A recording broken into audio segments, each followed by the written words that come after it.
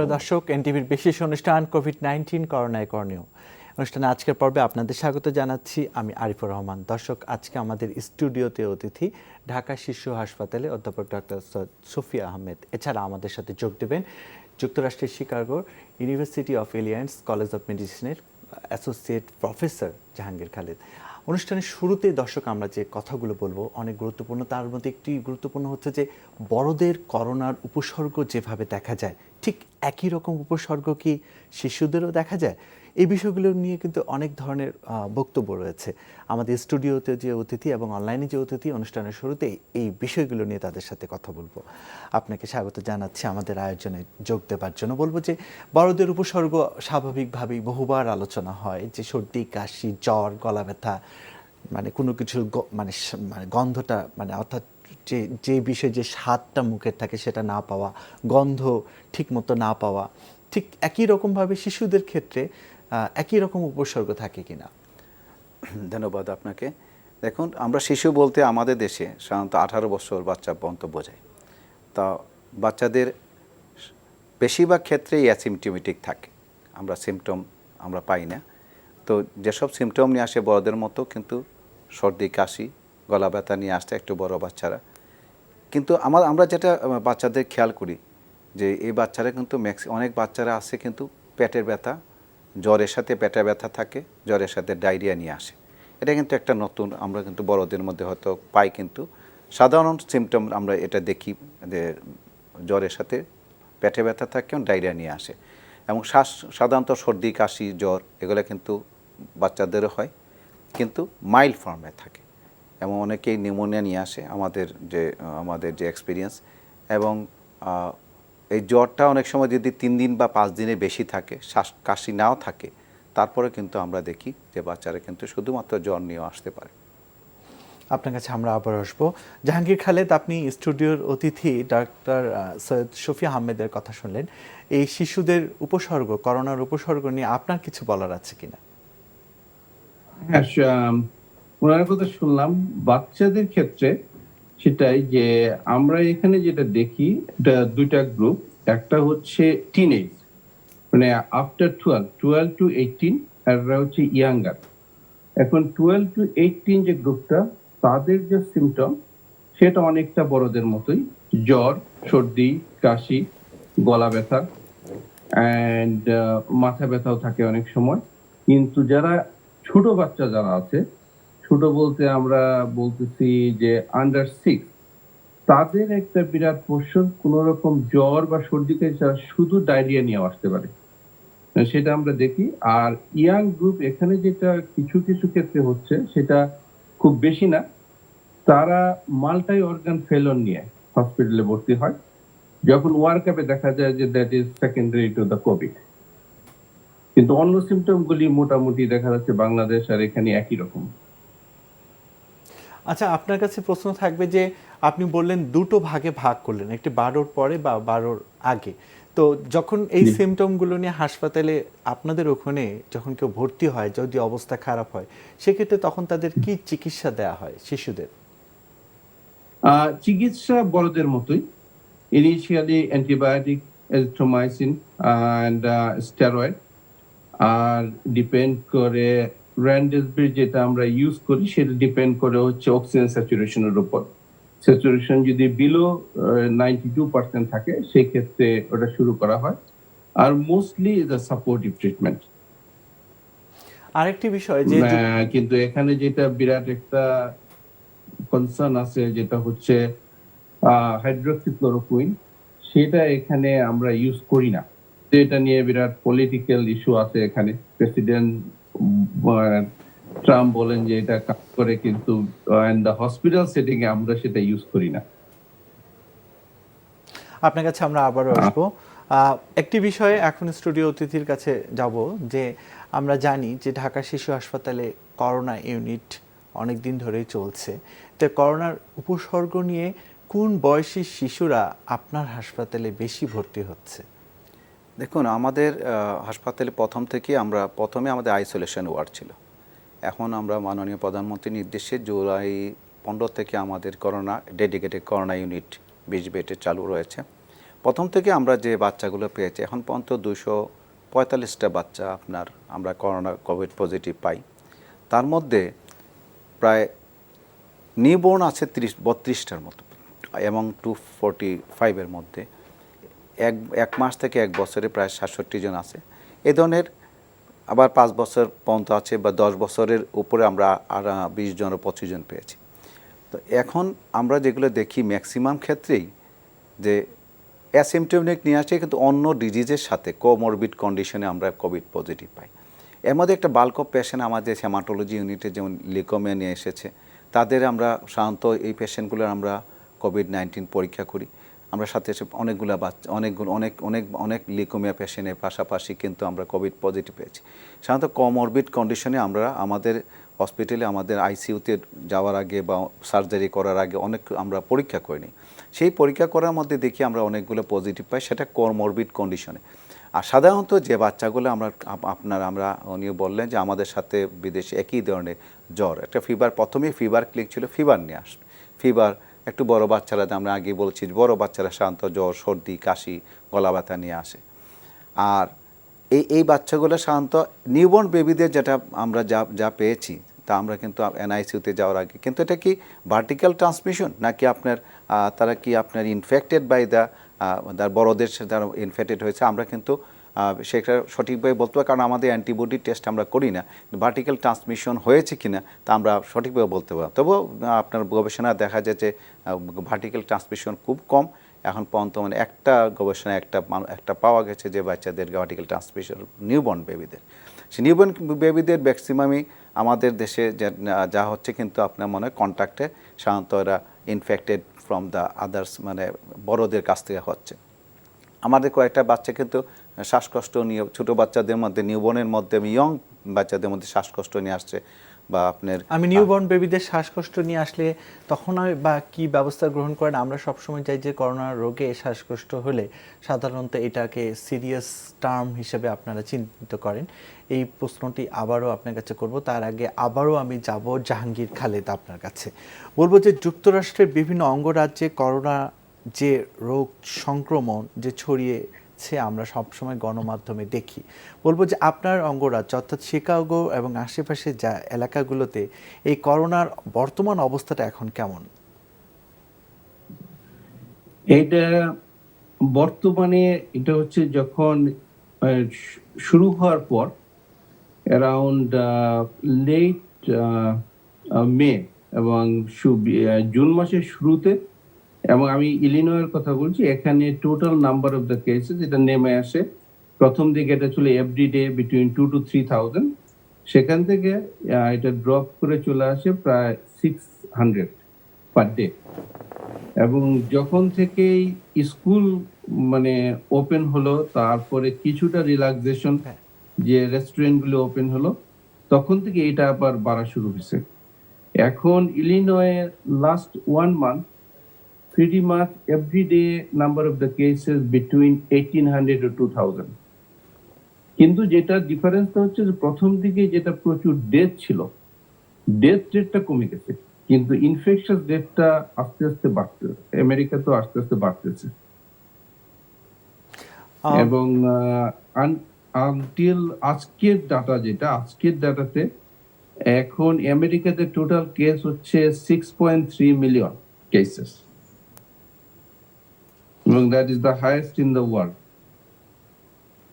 এই যে আপনি বললেন হাইয়েস্ট ইন দ্য ওয়ার্ল্ড, আমরা জানি যে আমেরিকান সরকার অনেক ধরনের পদক্ষেপই গ্রহণ করছে যে করোনা সংক্রমণকে কিভাবে একটি অবস্থায় দাঁড় করানো যায়। এই বিষয়গুলো নিয়ে আপনার সাথে একটু পরে আবার কথা বলবো, আবারও আমরা স্টুডিওতে আসব। আপনার কাছে আমার প্রশ্ন থাকবে যে একটি বিষয় আমরা জেনেছি যে করোনা সংক্রমণের পাশাপাশি আরেকটি বিষয় যে MIS-C, মানে এই বিষয়টিও একটি বাচ্চার ক্ষেত্রে একটা সংক্রমণের বা একটি বড় ধরনের বিষয় হয়ে দাঁড়িয়েছে। এই বিষয়টা MIS-C সম্পর্কে আপনি আমাদের দর্শকদের জন্য কিছু বলুন। MIS-C বলতে আমরা বুঝি multi system inflammatory syndrome in children. এই সিনড্রোমে আপনার আমাদের দেহের বিভিন্ন সিস্টেমে, যেমন মাল্টি সিস্টেম বলতে যেমন হার্ট, লাংস, আপনার গ্যাস্ট্রোএন্টারাইন সিস্টেম, লিভার, কিডনি, স্কিন, আপনার আই, ব্রেইন, ইনফেক্টেড হয়। সাধারণত MIS-Cটা সাধারণত আমরা বলি যে কোভিড-19 সাথে একটা সাদৃশ্য রয়েছে, এই কোভিড রিলেশন রয়েছে। আমরা MIS-C আমরা কিন্তু মাল্টি সিস্টেম অর্গান ফেলার যা বললেন আগে, আসলে মাল্টি সিস্টেম অর্গান ফেলিয়ার নিয়ে আসছে আমাদের হাসপাতালে বেশ কয়েকটা রয়েছে, আমাদের বাংলাদেশে কয়েকটা রিপোর্ট আছে। এই ডিজিজটা সাধারণত একটা বিরল, এবং আমরা দেখি এটা সাধারণত কাওয়াসাকি ডিজিজের সাথে একটা সাদৃশ্য রয়েছে। কাওয়াসাকি ডিজিজে অবশ্য 5 বছরের নিচে হয়, কিন্তু আমরা এই MIS-C পাচ্ছি কিন্তু 8-10 বছর 12 বছর বাচ্চা বা তার ঊর্ধ্বে। এখানে দেখা যায় যে এই বাচ্চাগুলা জ্বর থাকে অনেক বেশি, 2 দিন বা 3 দিনে বেশি জ্বর থাকবে, সাধারণত র্যাশ হয় বা স্কিনে ফুসকুড়ি হয়, তাদের চোখ লাল হয়ে যায়, ঠোঁট এবং জিহ্বা লাল থাকে। তারপর আপনার তাদের হার্টে প্রবলেম থাকে, যেহেতু হার্টে আপনার প্রদাহ হয়, প্রদাহর কারণে তার হার্টের যে করোনারি ভেসেলগুলো ডাইলেট হয়ে যায়, যার জন্য হার্টে ইফেক্টও হয় এবং হার্ট ফেলিয়ার পর্যন্ত হতে পারে, হার্টের কার্যকারিতা কমে যায়, কিডনিতে ফেলিয়ার হয়, কিডনি ইনফেক্টেড হয়, এবং কিডনি কিন্তু আপনার একা হিসেবে আমাদের কাছে প্রেজেন্ট করে, এবং অনেক সময় তার শরীর ফুলে যায়। এই মাল্টি সিস্টেম আপনার ইনভলভমেন্টটা সাধারণত করোনার তাদের হিস্ট্রিতে দেখা যায় যে তারা একটা করোনার রোগীদের সাথে একটা তাদের আপনার একটা ইয়ে ছিল, এক্সপোজারে ছিল, অথবা নিজেও করোনায় আক্রান্ত হয়েছে, অথবা আমরা যেগুলো পেশেন্ট পাই সেগুলো করোনা পজিটিভও পাই। সুতরাং বোঝা যায় যে আপনার যে এই multi system inflammatory syndrome in চিলড্রেনটা কোভিড-19-এর সাথে একটা যোগসূত্র আছে, এবং তা একটা কমপ্লিকেশন হিসেবে আমরা পাচ্ছি। আচ্ছা, একটি বিষয় যে আপনি আপনার যে হাসপাতালে আপনারা লক্ষ্য করছেন যে করোনার যে শিশুরা আসছে তাদেরকে চিকিৎসার ব্যাপারেও এগিয়ে আসছেন, তো আপনার কাছে মানে সার্বিকভাবে মানে শিশুদের সংক্রমণকে আপনি কিভাবে দেখছেন? দেখুন, শিশুদের সংক্রমণ আমরা আমাদের ডিজি হেলথের রিপোর্ট অনুযায়ী প্রায় 3%।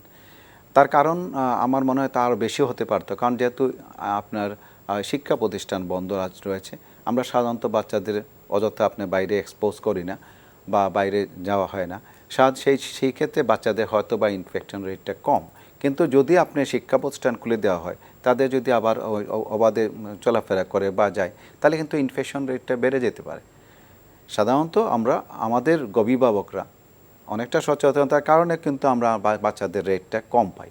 আর সাধারণত বাচ্চাদের আমরা বলছি যে অ্যাসিমটোমেটিক বেশি, কিন্তু অ্যাসিমটোমেটিক হলে কিন্তু এরা কিন্তু আপনার ইনফেকশন করছে, তারা কিন্তু আপনার কিন্তু আমাদের একজনের যে সংক্রমণ কিন্তু তারা করছে।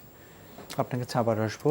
এবার দর্শক, ভ্যাকসিন নিয়ে আমাদের কাছে একটি স্টোরি আছে, আমরা সেটি দেখব। বিশ্ব মহামারী কোভিড-19-এর টিকা আবিষ্কারে উঠে পড়ে লেগেছে বিশ্বের তাবৎ বিজ্ঞানীরা। অনেকে সফলতার দাবিও করেছেন। তার মধ্যে রাশিয়া গত মাসে প্রথম দেশ হিসেবে তাদের তৈরি স্পুটনিক 5 নামের একটি টিকার অনুমোদন দেয়। অনুমোদন দেওয়ার পর এই টিকার ট্রায়াল, সুরক্ষা এবং কার্যকারিতা নিয়ে নানা দেশের বিজ্ঞানীদের প্রশ্নের যেন শেষ নেই। তার মধ্যেই শুক্রবার বিখ্যাত চিকিৎসা সাময়িকী ল্যান্সেটে রাশিয়ার ভ্যাকসিনের কার্যকারিতা নিয়ে প্রতিবেদন প্রকাশিত হয়। এরপরই রাশিয়ার প্রতিরক্ষা মন্ত্রী ও মস্কোর মেয়র এই টিকার ডোজ নিয়েছেন। টিকাটি তৈরির সাথে সংশ্লিষ্টরা আবারও দাবি করেছেন পার্শ্ব প্রতিক্রিয়া ছাড়াই মানবদেহে অ্যান্টিবডি তৈরিতে সক্ষম স্পুটনিক 5। কোভিড-19 আক্রান্ত যেসব রোগীদের এই ভ্যাকসিন প্রয়োগ করা হয়েছে তাদের অ্যান্টিবডি তৈরি হয়েছে। এক্ষেত্রে কোনো ধরনের পার্শ্ব প্রতিক্রিয়া দেখা যায়নি। এই টিকা 2 বছর কিংবা এর অধিক সময় মানবদেহে করোনা ভাইরাস প্রতিরোধ করতে পারবে। রাশিয়ার বিজ্ঞানীরা যখন এমন তথ্য সামনে আনলেন, তখন বিশ্ব স্বাস্থ্য সংস্থা বলছে ভিন্ন কথা। তাদের ধারণা, আগামী বছরের মাঝামাঝির আগে কোনো নিরাপদ ও কার্যকারী ভ্যাকসিন আসার সম্ভাবনা নেই। বাস্তবসম্মত সময়ের নিরিখে আমরা সত্যি আগামী বছরের মাঝামাঝির আগে বিশ্বজুড়ে একটি কার্যকর ও নিরাপদ টিকা পাওয়ার আশা করতে পারছি না। ভ্যাকসিন নিয়ে অনিশ্চয়তা কাটার আগেই করোনার রক্তচক্ষু দেখছে প্রতিবেশী ভারত। কোভিড-19-এর উপকেন্দ্র হয়ে ওঠা এই দেশটিতে প্রতিদিন সহস্রাধিক মৃত্যুর পাশাপাশি সংক্রমণের নতুন নতুন রেকর্ড হচ্ছে। স্পেন ও তুরস্কেও বাড়ছে করোনার প্রকোপ। আপনি দেখলেন আমাদের একটি প্রতিবেদন, যেখানে উল্লেখ করা হলো যে রাশিয়া এরই মধ্যে বলছে যে তাদের ভ্যাকসিন শতভাগ কার্যকর এবং এরই মধ্যে গুরুত্বপূর্ণ সে দেশের গুরুত্বপূর্ণ ব্যক্তিদের দেখলেন ভ্যাকসিনের টিকা নিচ্ছে। আবার WHO বলছে যে আগামী বছরের মাঝামাঝি সময়ের আগে ভ্যাকসিন বের হওয়ার কোনো সম্ভাবনা নেই। এই বিষয়গুলোকে আপনি কিভাবে দেখবেন? দেখুন, আসলে একটা ভ্যাকসিন সফলভাবে যখন আমরা পাই, সাধারণত 4 থেকে 5 বছর সময় লাগে, এটা আমাদের হুর নিয়ম অনুযায়ী। কিন্তু কোভিডের ক্ষেত্রে যেহেতু অনেক ব্যাপার আছে, সেখানে অনেকে অর্থনৈতিকভাবে বলেন বা রাজনৈতিকভাবে বলেন বা অন্যভাবে বলেন, সবাই চায় যে আপনার আমরা ভ্যাকসিনটা যাতে তাড়াতাড়ি পাই। সেই ক্ষেত্রে যে এখন পর্যন্ত ট্রায়াল 3-তে যেগুলো আছে ভ্যাকসিন, তা আমাদের 7টা-8টা রয়েছে, তারা তাদের যে মানবদেহে যে আপনার যে ট্রায়ালটা সব জায়গায় করছে এবং অনেকে সফলতার বলছেন, কিন্তু আমরা সেটা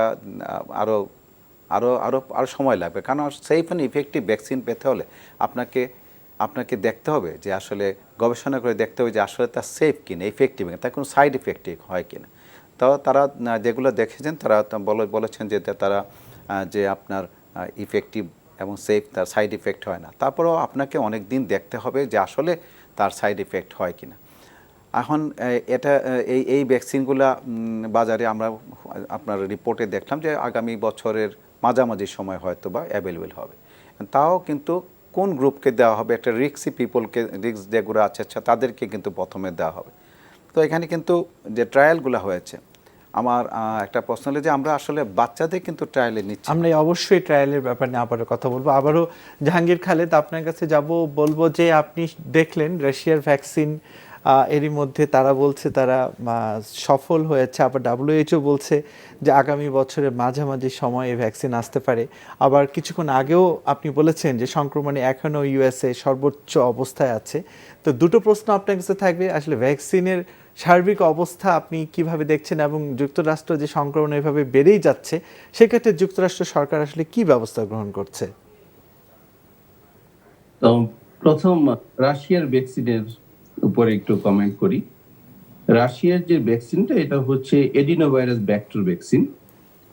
এটা রাশিয়া ফেজ 2-তে তারা টোটাল অফ দ্য 72 পেশেন্টকে এটা দেওয়া হয়েছে। দেওয়ার পর যখন তারা অ্যান্টিবডি লেভেল দিয়েছে, that's the presentation of immunogenicity ল্যান্সেটের স্টাডি অনুযায়ী, সেখানে দেখা গেছে 72 out of 72 every one has antibody পাওয়া গেছে।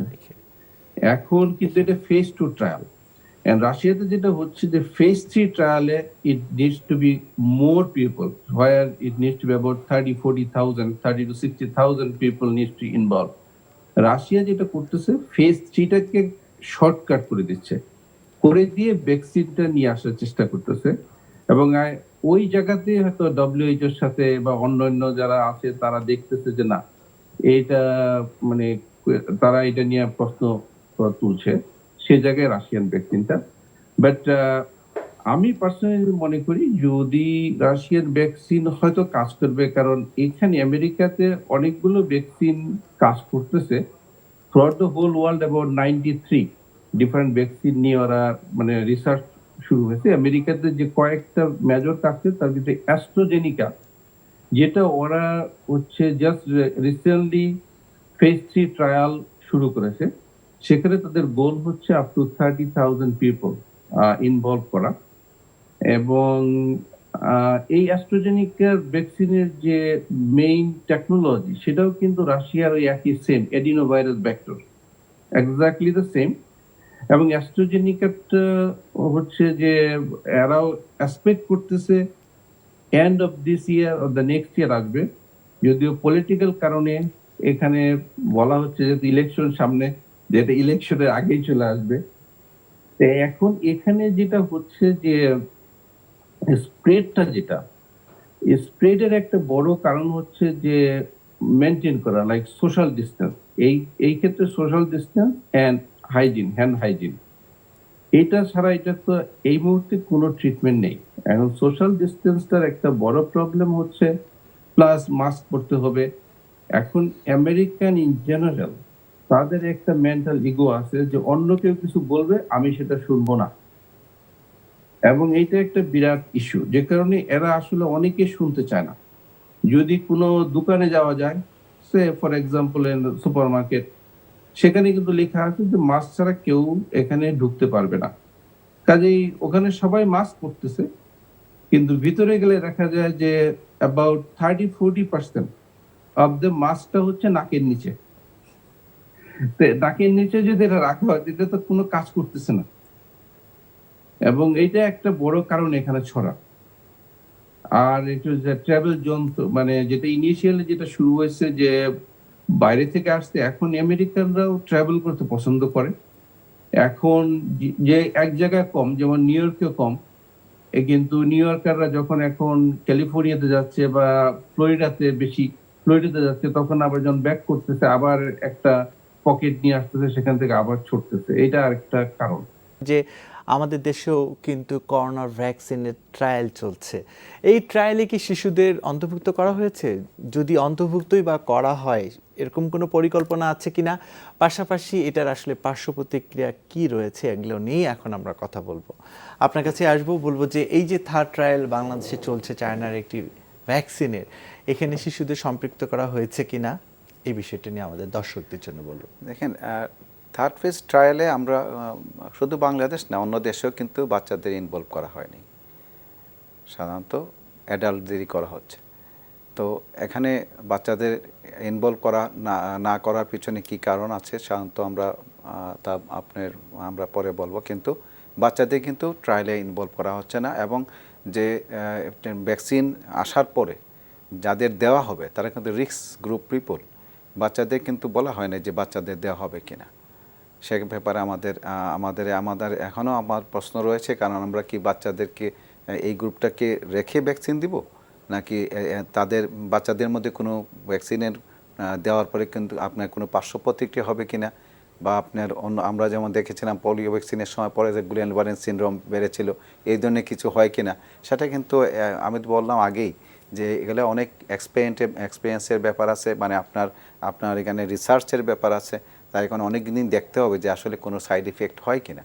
তা সাধারণত যে ভ্যাকসিনগুলো আপনার এখন থার্ড ফেজ 3-তে ট্রায়ালে আছে, আমরা দেখি যে তারা বলছেন যে শুধু হেডেক বা ফিভার, বডি, এই ধরনের মাইল্ড সাইড ইফেক্ট তারা পাচ্ছেন। কিন্তু এগুলো আরও অনেক, আমার মনে হয় আরও অনেক দিন দেখতে হবে যে আসলে তারা সাইড ইফেক্ট হয় কিনা, সেটা কিন্তু একটু সময়ের ব্যাপার, সময় দিতে হবে। আপনি কি মনে করেন এই যে থার্ড ট্রায়াল বাংলাদেশে ভ্যাকসিনে চলছে, এখানে আসলে শিশুদের অন্তর্ভুক্ত করা উচিত ছিল? আপনি কি এরকম কিছু মনে করছেন? আমার মনে হয় একটু শিশুদের অন্তর্ভুক্ত করা উচিত ছিল, শুধু বাংলাদেশ না, অন্য জায়গায়ও।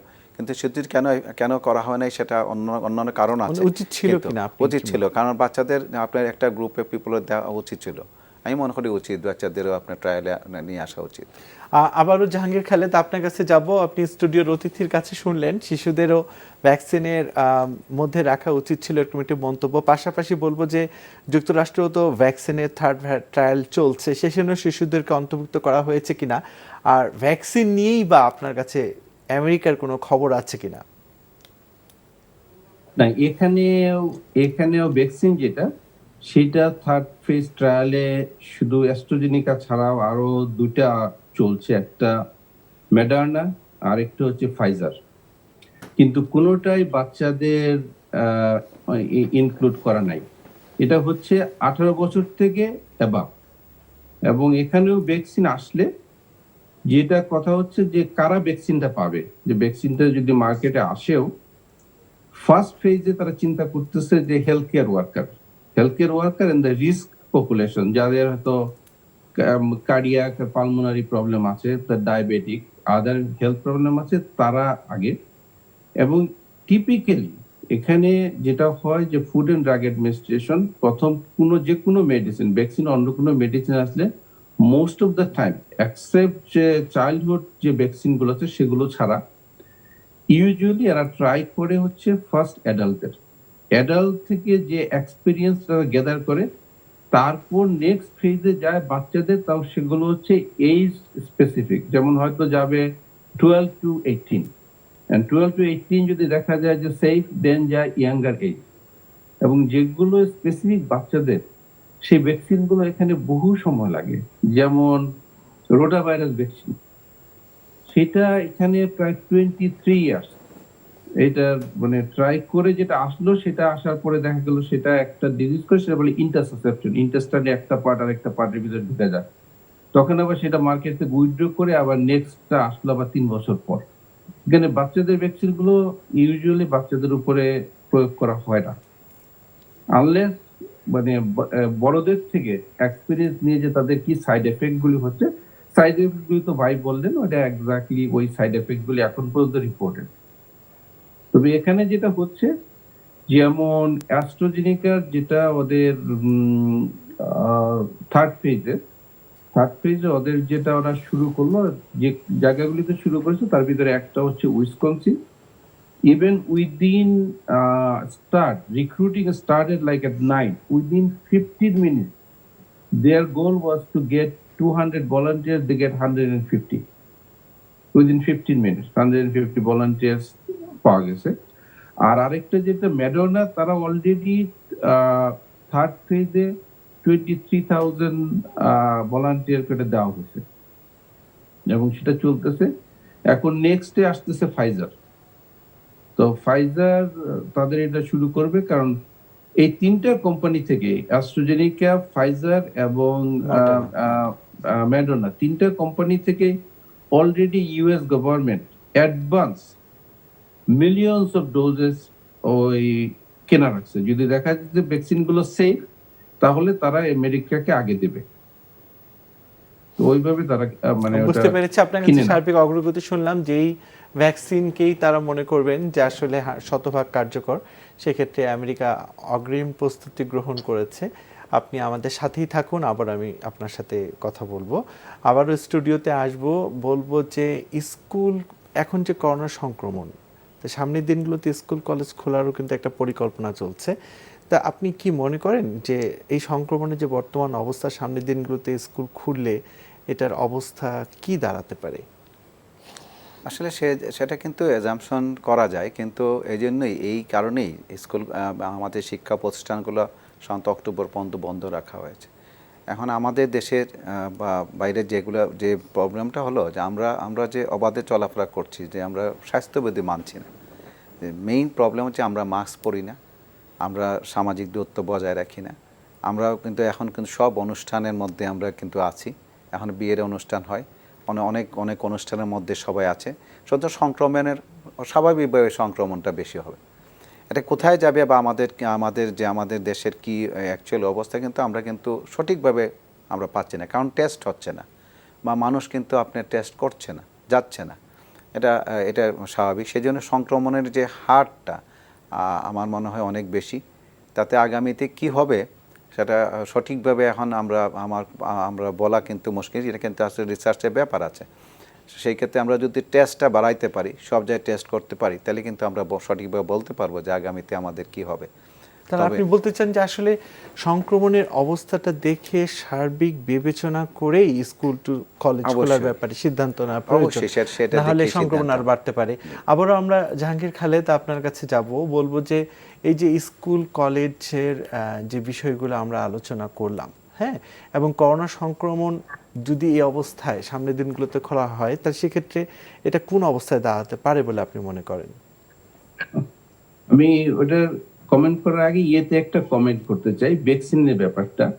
ভ্যাকসিনের যেটা কার্যকারিতা, এখানে যেটা ফুড অ্যান্ড ড্রাগ অ্যাডমিনিস্ট্রেশন যে আছে গাইডলাইন অনুযায়ী, যে কোনো ভ্যাকসিন যদি 50% ইফেক্টিভ হয়, তাহলে সেটাকে তারা ধরে নেয় এটা ইফেক্টিভ। এটা কিন্তু 100% না। এটা আমাদের একটা ভুল ধারণা আছে, আমরা অনেক সময় মনে করি যে এটা 100%, 50%। ইভেন এখানে যেটা ফ্লু ভ্যাকসিন আছে, ফ্লু ভ্যাকসিনের কার্যকারিতা 52%। আর এখন স্কুল কলেজের কথা আসি। এখানে হচ্ছে যে স্কুল কলেজ, আমেরিকাতে স্কুলগুলো যখন খোলা শুরু হওয়ার পরে দেখা গেল যে একই যে সোশ্যাল ডিস্টেন্স মেনটেন, যে 6 ফিট দূরে থাকতে হবে, মাস্ক পরা। এখন এই অনেকে এটা করে না করার কারণে স্কুল খোলার পরপরই দেখা গেল যে ওই স্কুলগুলিতেই মানে কোভিড এর পেশেন্ট ওরা স্ক্রিন করে বাড়া শুরু হলো। যেমন জর্জিয়াতে একটা স্কুল খোলার পরেই উইদিন 2 days 23 জন এফেক্টেড, তারপর দেখা গেল যে 200 এন্ড সাম কোয়ারেন্টিনে চলে যেতে হলো, তারপর স্কুল বন্ধ করে দিয়েছে। ইলিনয়ে অনেক জায়গাতে স্কুল খোলার পরে যখন এটা বাড়া শুরু হলো, আবার তারা বন্ধ করে দিয়েছে। এখানের অনেক ইউনিভার্সিটি খুব লিমিটেড, হয়তো ফিজিক্যালি তারা ইউনিভার্সিটিতে যায় হয়তো একদিন বা দুদিন, রেস্ট অফ দ্য টাইম তাদের ওই ক্লাসগুলো হয়তো ডর্ম থেকে অথবা বাসা থেকে অনলাইনে, কারণ খুব লিমিটেড, কারণ যে কোনো গ্যাদারিং বেরি ছড়ানোর জন্য সহায়ক। এবং যেখানে দেখা গেছে যে এখানে যখন 4th of জুলাই ইন্ডিপেন্ডেন্স ডেতে বিভিন্ন রকম পার্টি হলো, তারপরে কোভিড অনেক বেশি মানে রোগীর দেখা গেছে অনেক বেশি। এই সমস্ত কারণে তো are trying to be very careful স্কুলের ব্যাপারে। এখন একই কিন্তু বাংলাদেশেও যদি এখন ধরা যায় যে একটা কলেজে, এখন আমি বলি আমি যখন কলেজে ছিলাম তখন আমার ক্লাসের স্টুডেন্ট ছিল এক সেকশনে 160। এখন এদের যদি 6 ফিট দূরে দূরে বসানো হয় তাহলে কোথায় জায়গা হবে? এবং সেটাই তো, এবং স্কুলগুলি তো তাই, অনেক স্কুল তো অত স্পেস নাই। তারপর যখন কমন টাইম, যে একসাথে ব্রেক টাইম অথবা যখন ইয়েতে বাচ্চারা স্কুলের মাঠে যেতেছে, তখন তারা তো আসলে মেনটেন করবে না, এটাই মানে স্বাভাবিক। তো মেনটেন না করলেই ছড়ার পসিবিলিটি আছে, কারণ ওই ব্যাপারটা হয়তো চিন্তা করি, তারপর সবকিছু দেখে তারপরে স্কুল বা কলেজের ব্যাপারে ডিসিশন নেওয়াটাই বুদ্ধিমানের কাজ হবে। ধন্যবাদ। আপনার কাছে আমরা আবারও আমরা স্টুডিওতে যাব। আপনার কাছে আমার প্রশ্ন থাকবে যে এখন নবজাতক যারা আছে তারা যদি করোনায় আক্রান্ত হচ্ছে কিনা। নবজাতক আক্রান্ত হচ্ছে, সেটা হচ্ছে যে একটা হয় যে অনেক সময় আমরা বলি যে এটা মায়ের থেকে সরাসরি পায় কিনা। মায়ের থেকে সরাসরি আসে না, কারণ স্টাডিতে দেখা গেছে যে করোনা ভাইরাস ওই যে প্লাসেন্টাল ব্যারিয়ার এটা ক্রস করতে পারে না, যে কারণে যে মায়ের থেকে সরাসরি আসে না। কিন্তু যেটা হয় যে বাচ্চা যখন মায়ের কন্ট্যাক্টে আসে তখন ওই যে ক্লোজ কন্ট্যাক্ট, সেই ক্ষেত্রে মায়ের থেকে তারা পায়, অথবা এটা মানে অথবা যারা আছে বাবার থেকেও পেতে পারে, অথবা ফ্যামিলি মেম্বার যারা হয়তো বাচ্চা দেখতে আসছে তাদের কারো করোনা আছে, সেখান থেকে বাচ্চা ইনফেক্টেড হতে পারে। আপনার কাছে আমরা আবার আসবো। এখন আমরা স্টুডিওতে যাব। আপনি কিছুক্ষণ আগে বলছেন যে অনেক বাচ্চা অনেক সময় শ্বাসকষ্ট ফিল করে, তো করোনায় শ্বাসকষ্ট হলে তাদের অবস্থা কেমন হয়, পাশাপাশি আমাদের দেশেও নবজাতকরা করোনায় আক্রান্ত কিভাবে হচ্ছে এবং তাদের ব্যাপারেও বা আপনারা কি ব্যবস্থা গ্রহণ করেন? করোনাতে নবজাতকরা কিন্তু বাংলাদেশে আমরা আমাদের হসপিটালে আমরা বললাম যে আউট অফ 245 এর মধ্যে 32 পেশেন্ট নবজাতক, এবং নবজাতকরা ইনফেক্টেড হচ্ছে, তাতে কোনো সন্দেহ নেই। কারণ উনি যা বললেন তার সাথে আমরাও একমত যে আমরা আমাদের মায়ের কাছ থেকে বা ফাদার কাছ থেকে অথবা কেয়ার গিভার যারা আসে বাচ্চাটা নিয়ে নেয়, বাচ্চারা মারা কিন্তু মাস্ক পরা থাকে না। সবচেয়ে বড় হলো যারা এই বাচ্চাগুলোর যারা কেয়ার গিভার যারা আছে তারা কিন্তু মাস্ক নাও পরতে পারে, ম্যাক্সিমাম ক্ষেত্রে মাস্ক পরা তারা নিয়ে নিলে বাচ্চাগুলোতে ইনফেক্টেড হয়ে যায়। এবং ওটি থেকে হচ্ছে কিনা সেটা ব্যাপার আছে, যারা সিজারিন হয় বা ডেলিভারির সময় অন্যভাবে ইনফেক্টেড হয় কিনা।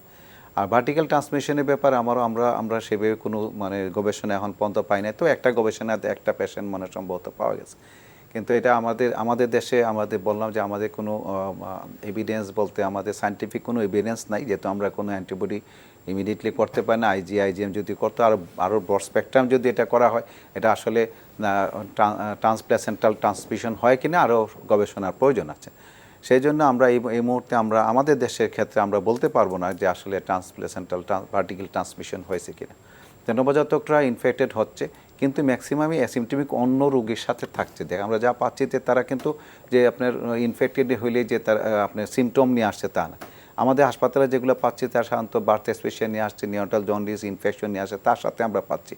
অনেক ক্ষেত্রে আবার ওই বাচ্চাগুলো কিন্তু আপনার আবার রেসপিরেটরি ডিস্ট্রেসও নিয়ে আসে।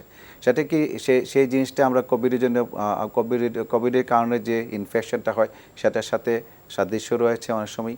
আবার আমাদের নিওনাটাল ইনফেকশনে যে রেসপিরেটরি ডিস্ট্রেস হয় বা নিউমোনিয়া নিয়ে আসে তার সাথেও আছে। সেই জন্য আমরা আমাদের যে প্রোটোকল ম্যানেজমেন্ট আছে সেটাই করে থাকি। এখানে কোভিডের জন্য আলাদাভাবে যে সাপোর্টিভ ম্যানেজমেন্ট নিওনাটাল ম্যানেজমেন্ট যেটা আছে সেটাই করা হয়। অনেক ক্ষেত্রে গত দিন আমাদের একটা বাচ্চা ছিল, সেটা 10-15 দিনের বাচ্চা, সেটা কিন্তু আমরা ভেন্টিলেশনে দিতে হয়েছে। ভেন্টিলেটর আছে, বাচ্চাটা ভালো আছে এখন। কিন্তু আমরা পাচ্ছি যে সাথে সাথে কোমরবিড কন্ডিশনে আপনার এই মুহূর্তে বলা যাবে না যে আসলে কোভিডের কারণেই তার রেসপিরেটরি ডিস্ট্রেস বা কোভিডের কারণে ইনফেকশন, যেহেতু আমাদের হসপিটালে অন্যান্য মানে পেশেন্টগুলোর অন্যান্য ডিজিজ সাথে আসে, সেই ক্ষেত্রে আমরা পেয়ে থাকি সাধারণত। আবারও যাব জাহাঙ্গীর খালেদ আপনার কাছে।